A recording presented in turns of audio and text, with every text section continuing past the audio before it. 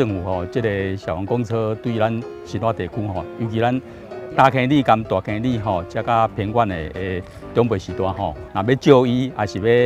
要去咱新化街啊，还是要往咱市内吼，当然是真好的一个施政的措施啦吼。为咱这个山区的偏远地区来做了这方面这个交通，带来互咱这山区这个老伙仔真大的这个方便。有真侪所在吼，必须要是毋是搁干提升一挂，就是讲这个点、这个据点呐，爱来扩大，爱来增加。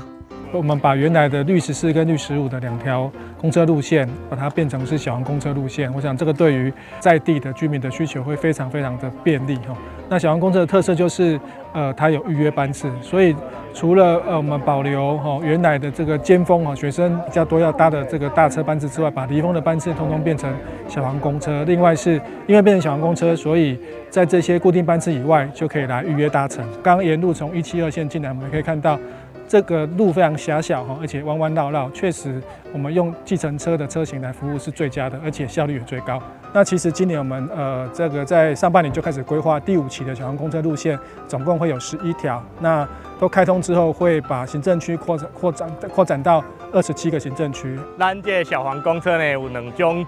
方法。一种是固定的班次，就是甲咱一般坐公车相同。哦，你当站牌仔看时间表，时间到的时阵车驶来，记看到这个小黄公车的牌仔，会记甲下手，车就会停来，互大家当来坐。哦，第2种呢，会当来用预约。若要预约咱小黄公车，就是上班前一天下晡5点进前，哦，打电话来咱这个公车的公司，哦，就会当2个人以上，就会当来预约订车。而且咱站牌1公里以内，可以当到府接送来服务，哦，非常的方便，欢迎咱乡亲多多来利用。掌握施政3分钟。台南进步向前冲。小黄公车的好处，我相信经过我们多次的说明，大家都知道了，是计程车的服务，这个公车、大巴士的收费，对环境也好，减少排气减少废气。那对这个消费者也好，因为他们的享受会更舒适；对业者也好，因为他们的成本可以降低；对政府也好，减少碳排，大家都高兴。所以是一举多得的一个政策。台南市的公车、小黄公车的覆盖率已经高达超过92%，达到公路局的标准了哈。那我们是从55%哈，从108年从55%的覆盖率，一直到92%。这几年来，交通局的努力哈，大家都看得见。那也感谢业者的支持，更感谢我们交通部公路局经费的支持。让中央跟地方协力，提供民众交通的便利。希望小黄公车的政策能够持续，让服务更多偏乡的民众。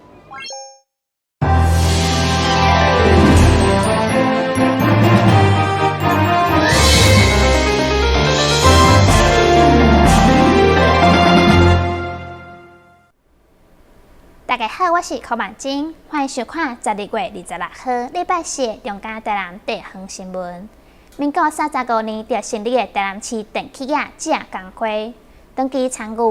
做工行社团帮人整理出的活动。今年配合劳工局准备民生物资甲红包，来关怀全市20号职业灾害劳工甲弱势家庭。一透早，台南市电器业职工会门口就摆上满满爱心物资，一下各界所准备红包甲民生物品，这用的拢有，要来关怀全市20号劳工家庭。我有准备红包啦，吼，2000块以及暖被啦，这用的拢有啦，吼，暖被啦，电风米啦，吼，个这沙琪玛，这个种啦吼，受关怀的这用户有一个温馨的心啦吼，谢谢。劳工局长嘛颁发感谢状，感谢电器业工会出钱出力，都是希望家园的施政理念。都送到我们这些过年需要的物资的部分，还有会送个小红包，代表为着市长一种关怀的心，到我这些弱势家庭里面，给予关怀、给予鼓励的部分，也让他感到我们台南是一个有爱的城市。爱心关怀列车第一站来到住伫南区的69岁陈女士厝内，因为伊独立请用3名了有重度身心障碍囡仔，日前浙江行善团马占紧协助改善徛家环境，对着劳工局甲工会到处送温暖表示感谢。我很感谢劳工局对我们这低收入户的很照顾、很关怀，很感谢。劳工局每当落甲工会之间主动发送爱心物资，用心传送社会温暖，持续进行关怀职业灾害劳工甲弱势家庭。电器工会赞，劳工局赞。台南新闻军籍采访报道。立委林俊宪市议员蔡立青结合社会各界，布置碰洗衫、帽仔、围巾等等的物资甲便当。发予家友，要互因有一个温暖的圣诞节。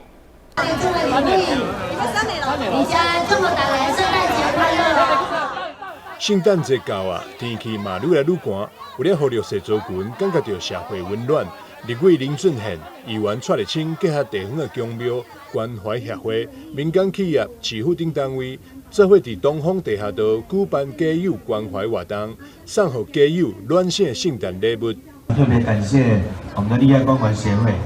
利爱关怀协会黄理事长今天特别感谢啦，特别华月姐各位师姐我看到师姐中华夜你给他多谢啦，童庆公今天晚上来个大头庆那潘局长另外你说跟咱海月建设华卫先做伙起来，我想等下受赠的人一定都可以感受到真的很大的不一样。另外有每个礼拜都送餐盒的叶干感谢你感谢你对我们社会局的林建南建南我们跟小宇宙建南是小泡面。今年冬天又特别冷，今天又是圣诞节，那我们更需要去关怀社会基层弱势他们的需求。那没想到这个活动一发起呢，就收到我们社会各界热烈的回响所以今天物资非常的多，包含所有御寒物品你可以想得到的睡袋啦、毛帽啦、羽绒大衣，还有我们的这个围巾、暖包，然后还有这个一些环保物资还有今天有人煮热腾腾的便当来，也有人带了干粮这个饮料、饼干等物资来所以这是显现我们台湾，尤其是我们台南是非常非常有人情味。那我们大家一起在今天给我们的街友们一个丰厚的大大的圣诞礼物。那我想这个圣诞节特别的有意义，特别的不一样。活动这天，现场嘛来了真侪善心人士前来收听，甚至有全家大小做伙出动的，实在足甘心。社会局长卢宇聪、北区区长潘宝树也拢到场支持，包括基金会、协会、庙宇等等，将近快10个。然后呢，募集的物资呢，将送在我们的街友的身上那街友是在我们的东风地下道跟火车站附近，加起来将近快100个。那在这么冷的天气，也适逢我们的圣诞节，那也非常感谢呢我们蔡立青议员还有林俊宪立委举办这个活动。北区的话，它是火车站附近街友也比较多，他们结合了很多的公益团体，在这个过年前把我们的街友全部来汇集在这里，来发给他们一些物资、一些关怀。我相信这样的一个义举啦能够让所有的街友感受到大众对他们的一个关怀。那我北区区公所呢，也在1月9号也会针对我们全区的独居老人及弱势一样加入爱心的行列。除了社会局甲区公所、利爱文教关怀协会、夜间餐厅、东江商行、保卫鲜食品、茶师魔手、元盛企业、海悦广告、爱和老人长照中心、台中市德光文教基金会、市慈心法师、安顺国中也拢热情参与，共同准备了丰富生活物资甲食品，希望让家友感受到社会爱甲温暖。记者张秀维采访报道。市议员蔡小伟结合台南关帝店26号上午举办寒冬送暖物资捐赠活动，将温暖送予东区继续2号加道区东北。差不多有17人受惠。关帝店是东区的信用中心，今年因为举办嘉新年考7条建筑的大展，庙方结合议员蔡小伟甲伫东区区公所，将建筑的物资捐赠予东区的继续2号甲伫独区的长者，希望帮助弱势族群会用的过好年。咱的科务邱主委，甲咱在座所有咱的时代兄弟吼，大家辛苦啊！今仔伫遮来举办咱的活动吼，当然吼嘛是透过咱关帝殿吼，咱的大家爱心啦吼，所以咱伫个7条基天在石了后吼，咱甲遮的物资来做整理了后，来做今仔的这个发送物资的活动也再一次的谢谢大家小薇在这边也代表立委林俊宪吼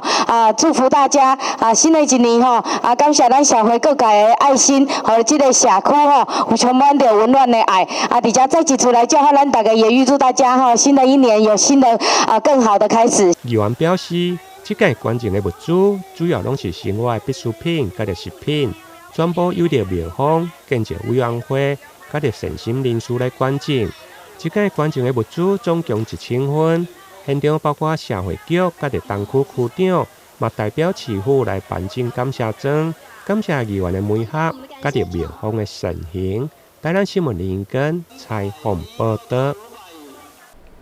圣诞节是真侪小朋友会使下园受到礼物的日子，救国团台南市团委会特别举办圣诞送爱心，帮助清寒学生的活动。今年台南市拢总有68间国小，275位学生受惠。虽然圣诞节刚度过，不过救国团台南市团委会举办的圣诞送爱心，帮助清寒学生圣诞礼物的愿望活动。2月6号才拄送到南区的4间国小。团委会总干事叶庆修表示，今年总共走访台南19个区域，68间国小，帮助275位清寒学生来愿望。圣诞节是小朋友最高兴的日子，因为他有礼物可以拿。但是清寒学生我想他是没有这个机会哈。那台南市救国团特别运用圣诞节这样的一个节日我们请各校去辅导学生能够许下他圣诞节要礼物的愿望。那我们这一次总共有19个行政区，涵盖68所国小，总共有270位小朋友许下他圣诞节要礼物的愿望。那每个小朋友要礼物的这个都不一样，每个礼物都有它的故事，所以我们也特别今天来到各个国小，希望在赠送礼物之前，能够向他们分享一些小朋友要这个礼物的一些感人的故事，希望他们能够受到感动，未来也懂得去回馈社会。上午走访南区，包括新兴、立新、龙岗、甲着喜秋4间国小。立新国小的校长徐进雄表示，虽然这小朋友爱的礼物不是真大，但对着清寒家庭来讲，帮助真大。首先，我想先感谢我们救国团这样的一个善举。那圣诞节呢，是一个分享跟欢乐的一个节日。那我觉得救国团这个活动呢，特别有意义的地方是让先了解孩子的需求跟想法，然后呢，再透过了解之后呢，那购买这样的一个物品送给孩子。那我想对孩子来讲，这些东西是他特别想要的跟有需求的地方。那我们其实也从孩子的这样的一个需求的物品里面去了解到，孩子呢其实也有他贴心的一面就是像我们一个小朋友，他希望能有一个煮汤的锅子。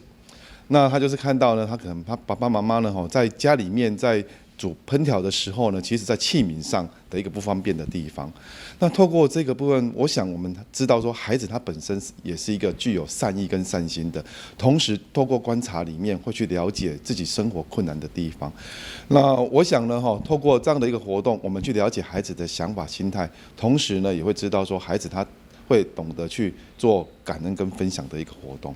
救国团台南市团委会举办的圣诞愿望的活动，今年已经是第3档。透过书前学校的调查学生的愿望，救国团搁再上网来发布内容，真紧3天内就目前完成。虽然礼物真侪小朋友拢唔是家己使用，而是要互厝内人来使用，包括平底锅、运动鞋顶，每一件背后拢有感人的故事。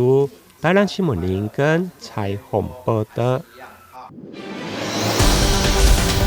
中央新闻在基隆，中嘉新闻在台北，中嘉新闻在新北，中嘉新闻在桃园，中嘉新闻在台南，中嘉新闻在高雄，忠实呈现最佳新闻。每周六下午1点，请锁定高雄都会台中嘉新闻周报，带给您最在地的观点，最有人情味的报道。台湾好新闻就在中嘉新闻周报。台南市政府甲国家发展委员会共同举办台南社会游牧场景启动仪式，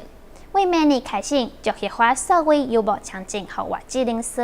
希望吸引全球社会人才拢来台南。因为疫情期间所带动无限地点，只有网络地当办公的族群被称作数位牧民。现在台南市政府甲国家发展委员会合作，设第一座数位游牧据点，就伫台南友爱市场内设立，提供外籍人士上长6个月停留期，望吸引全球数位人才组织台南，带动数位产业发展。世界上有很多数位牧民，也就是他们有很强的数位能力，有很高的收入，但是不一定固定在一个公司上班，或固定在一个地方上班的这些人，都很欢迎来到台南。台南提供了很强的这个数位的基础建设，能够提供给许多数位牧民，一方面工作，一方面游览古迹，一方面吃美食。今天呢是台湾史上第一次我们正式启动我们的数位牧民的招募活动。那同时呢，也是跟台南市政府合作，透过这个数位牧民的发展呢，我们希望达到几个目标。第一个，更多人进到了台湾，然后协助台湾在数位的发展。第二个，我们利用他们来这个协助我们数位发展之外，我们也希望他在经济生活上面也给予我们更多的贡献。根据了解，全球数位游牧人数已经达到3500万人。这摆中央选择台南作为全国数位游牧的第一站，嘛是看准台南伫美食文化吸引力，希望先增加甲日本、韩国等国家的人才交流。台南新闻阮吉采访报道。庆祝嘉南市建市100周年，文化观光局特别举办年终演唱会，包括姑姑、小品质、戴爱玲等人轮流演唱。主办单位阁邀请电话队的吉利吉佬来到现场，非常热烈。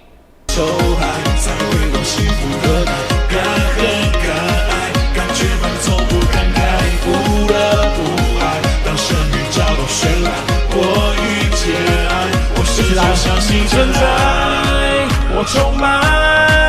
这爱的感觉烦，只要感觉来说爱就爱，感觉对说爱。鼓鼓吕思伟、萧秉治。你是我的生命，再煎熬也不能抽离。你的笑容声音，也真无息，无法忘记，我还是爱着你。铁肺歌后戴爱玲。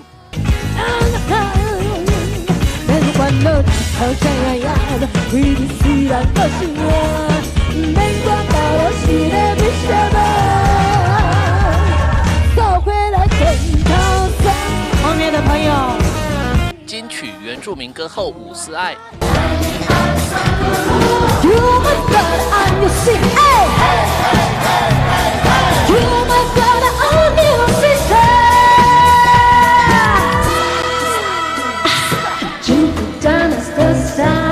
更有世界棒球12强冠军中华队台湾英雄球星吉利吉佬拱冠，现场自弹自唱和大家同乐，嗨翻全场，热闹非凡。外面的世界很无奈，当你觉得外面的世界很精彩。庆祝基隆建市100周年，12月21号，由市政府文化观光局特地在国门广场举办的基隆100迎宾万千基隆好事年终演唱会热闹登场。基隆市长谢国良、立委林佩祥以及市议员连恩典都亲自到场，欢迎好朋友们来基隆这座好城市参观，也祝福大家在岁末年终之际事事顺心、平安健康。因为这是我们基隆100周年所以我们今年举办这个好事年终演唱会，基本上是有一系列的活动，也是希望让我们市民朋友跟我们共同的来这个庆祝我们基隆市设市100年这样子的一个庆典。那今天晚上呢，其实有一些英语不过还是有一些民众，因为我们今天的活动也很精彩。那今天我们佩祥委员陪同我们一起参加。主办单位希望基隆好事年终演唱会不只是一场音乐飨宴，更是一场传递爱与故事的城市盛典。透过音乐这座桥梁，将基隆的历史与未来串联，让基隆的故事持续被看见和听见。我还是爱着你，看不出的你，你是我的秘密，再走避也不说明，终究只是意外，只准心酸，只能遗憾，我还是爱着你。记者吴俊松基隆采访报道。后面的朋友。年底要到啊，真侪人会安排旅游，为了安全，有的车主会去换轮胎，但因为国际原物料成本起价，轮胎的价格也对咧调整。车主要安怎选择，才会使够安全又减轻负担？咱这回来了解。汽车维修厂师傅拿着工具装卸轮胎，虽然已经年底了，但民众却不是因为年关将近才来抢便宜帮爱车进行保养换胎，而是因为轮胎磨损，为了保平安开上路，才来选购轮胎进行换装。面对原物料成本只有涨没有跌，反映到轮胎价格上，民众表示知道万物齐涨，但为了安全，还是必须花钱消灾。但若是顾虑到高低差价格，还是会慎重考量一下。对啊，就是还有对品牌的那个信赖的程度这样子，价格也是会看啊，就是也会挑，如果有特价的时候再换的。但如果太贵的话，我们就只能再挑便宜一点的。对，物价一直在上涨，轮胎它只会涨不会降，安全比较重要啦。那年关将近的，我们还觉得这种轮胎还是提早更换，或者是提早来我们这边检查。打气这样子。汽车维修厂表示，国外品牌的轮胎价格多数反映在国际市场上，与国内厂牌相比，每个轮胎差价在500元上下，4个轮胎一起换，价格落差就有2000元以上。但品牌使用信心以及知名度，通常也是消费者首要选购的方向。通常都是有选择国产的国产的或者是分进口的，像这种就是马牌的德国品牌的。还有米其林的，这两个就是比较大众化，大家都能耳熟能详，都能听过的。单一颗轮胎，我们以小规格来讲是落差价大概2000至3000左右。一颗轮胎4颗。除了汽车外，机车轮胎涨幅就普遍稳定，因为通常都是近距离代步用。车胎多数会选择亲民价格的国产品牌，消费金额不高也花得起，但前提还是以骑乘安全为主。安全第一就好了，价格还好啦。你若要换较好的嘛是有啊，涨幅就一定无同的啊，伊的抓着力啊，好歹啊，你若一般就是要怎讲啊，抓着力较无遐好安尼尔。因为大部分都是原物料涨价啦，橡胶类的东西，它就是成本涨价。我们就一定会跟着上架，但是就是看店家自己有没有办法吸收成本这样子而已啊。轮胎已经没有胎压了，胎痕了，就一定要换啊。这个是安全性的问题。对。这1-2年内已经涨了多少成？大概至少10%至15%。涨了1成5有。1成一定有。国际战争情势让原物料供应吃紧，轮胎主要原料橡胶价格也持续攀升。若是加上全球环保减排压力，恐怕轮胎市场在新的一年还是只会涨不会跌。能不能选购高端品牌轮胎要更安全，还是要看消费者口袋中的实力了。记者李佳龙高雄报道。高雄国际机场客运车自律委员会11月9号有大公告。若毋是有排班的客运车，就袂使入去接送区；就算是游客家己叫的，也袂使。对此，有民众认为安尼真无方便，业者也表示对因会造成不良的影响，期待相关单位进一步协调。高雄国际机场排班计程车自律委员会11月9日贴出公告，禁止非机场排班的计程车空车进入接送区，除非乘客是小黄司机亲属，并且经过身份证或户口名簿查核，否则不能进入机场载客。就算旅客透过手机或电话叫车，不符合规定也不能放行。这项公告在网络上引起热议，有计程车司机认为这是垄断市场，另外也有民众表示，禁止轿车会造成旅客不便。另一方面，也有旅客认同机场接送区管理，不乐见机场动线乱成一团。我觉得应该要可以让自己叫车啊，因为现在就是在网络上，其实还蛮就是线上叫车其实还蛮普遍的，对啊，所以应该我觉得这个应该我是觉得不合理。我觉得应该，因为如果我觉得不合理的话，应该就不能罚钱吧。游戏规则啊，如果很混乱哦，这样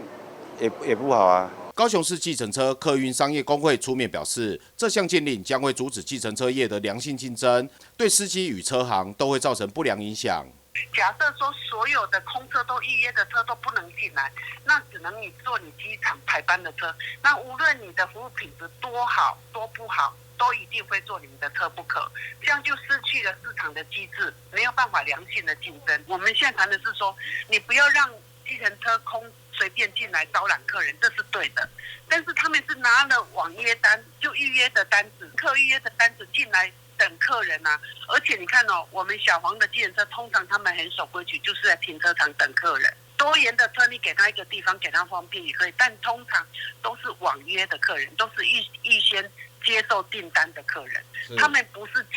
进去大厅里头随意的去招揽客人，说有碍观瞻，不是这样啊。航警局高雄分局发出声明，针对高雄机场的网络叫车规范，是依据民用航空机场客运汽车管理办法，呼吁计程车业者遵守相关规定。如果不是机场排班计程车，请勿空车进入高雄国际机场，否则将处以新台币900元以上1800元以下罚锾；营运载客的话，处罚更重，则会处9000元以上9万元以下的罚款。记者李佳龙、林冠霖高雄报道。感谢您收看12月26号中嘉台南地方新闻，我是寇曼晶，咱再会。